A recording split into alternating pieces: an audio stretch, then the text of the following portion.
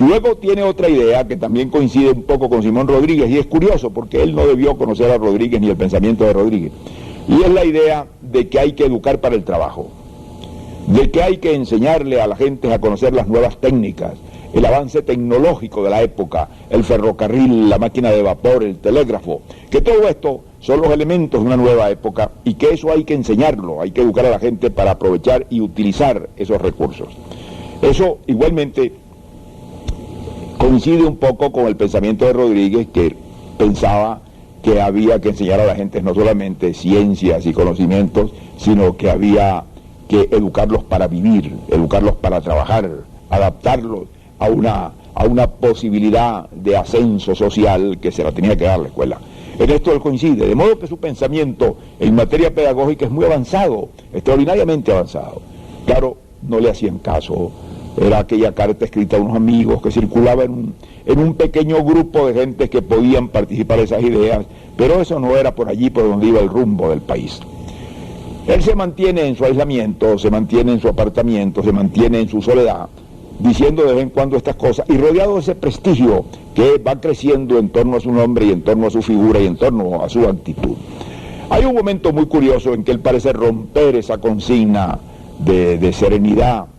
y es el año de 1868, cuando precisamente, el año de 1878, precisamente cuando ha surgido la reacción antiguzmancista que encabeza Alcántara. En ese momento,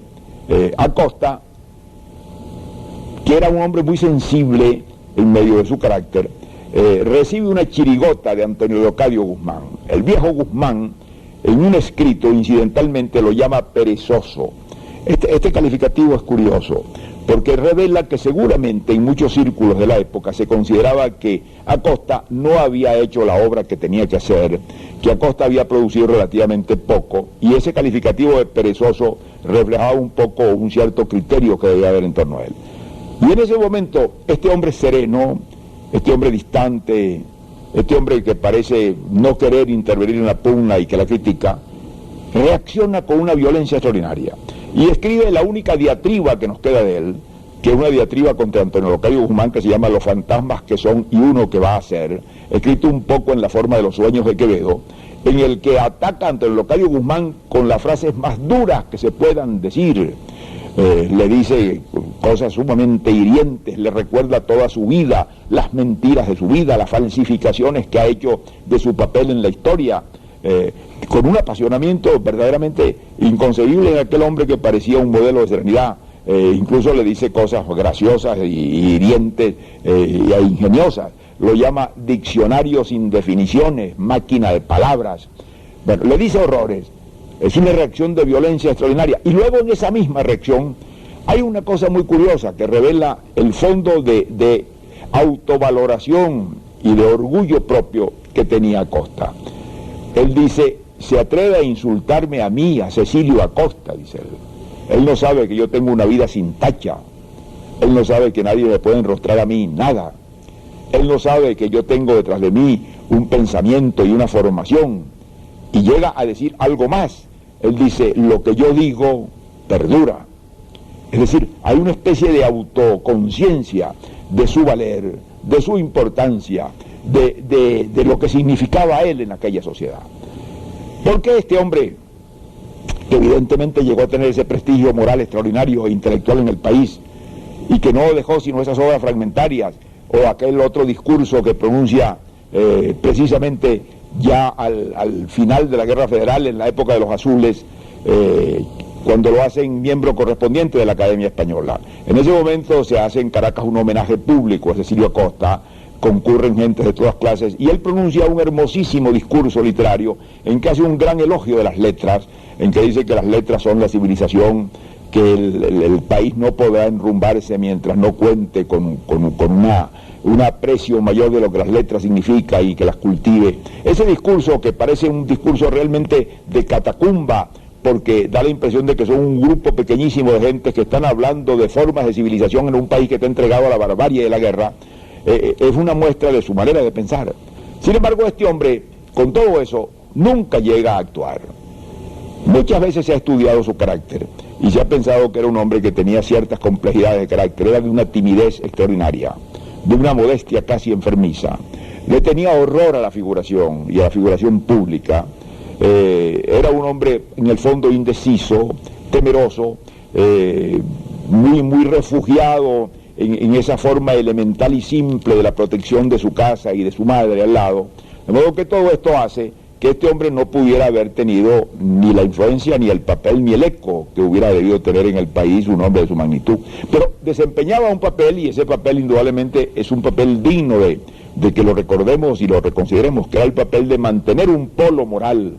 de mantener un ideal de civilización, de mantener una especie de nostalgia por una forma de vida más justa, más alta, menos salvaje y agresiva, que él representaba y que él encarnaba con su traje negro, con su aire distraído, con su soledad y con su pobreza.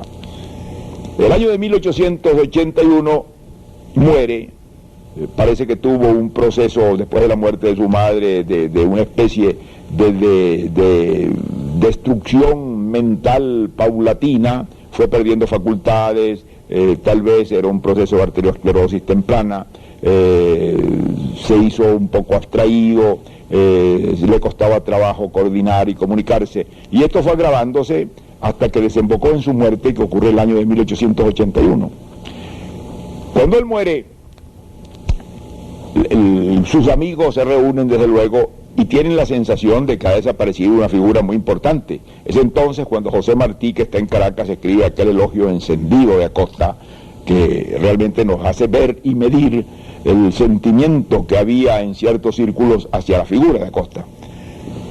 Muere en la mayor pobreza, hasta el extremo de que para enterrarlo tiene que sufragar los gastos la caridad pública, porque no había con qué enterrar a Acosta.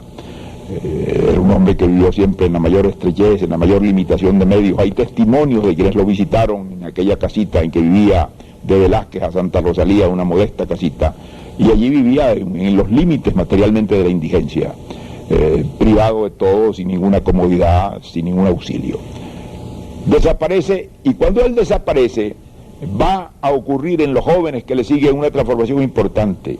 Lo que va a venir no es los que pudiéramos llamar los discípulos de la prédica moral de Acosta. Lo que va a venir es el positivismo. El positivismo que había venido al final de la época de Guzmán y desde casi la época federal, entrando en la Universidad Venezolana a través de las enseñanzas de Ernst y de Villavicencio, y que iba a darle a los jóvenes intelectuales de la época una visión distinta de la historia del país y de la realidad social, una historia y una visión inspirada en los principios de la nueva ciencia positiva, en la influencia de Taine, en la influencia de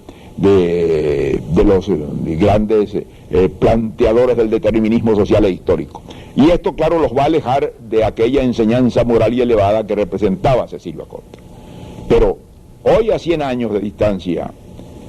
nosotros tenemos que volvernos hacia él, hacia la escasa y dispersa obra que deja, para reconocer el inmenso valor que tuvo en aquella Venezuela desgarrada, dividida, desviada, torpe, entregada a la lucha armada, casi con una pérdida completa de vista de lo que pudiéramos llamar los fines nacionales, aquella figura apostólica, aquella figura venerable, aquella especie de ascetismo moral por el cual aquel hombre se convirtió en una representación visible y continua de lo que debía ser y no era, de lo que debía realizarse y no se alcanzaba, de lo que debía ser un hombre de bien en un país de orden y de civilización.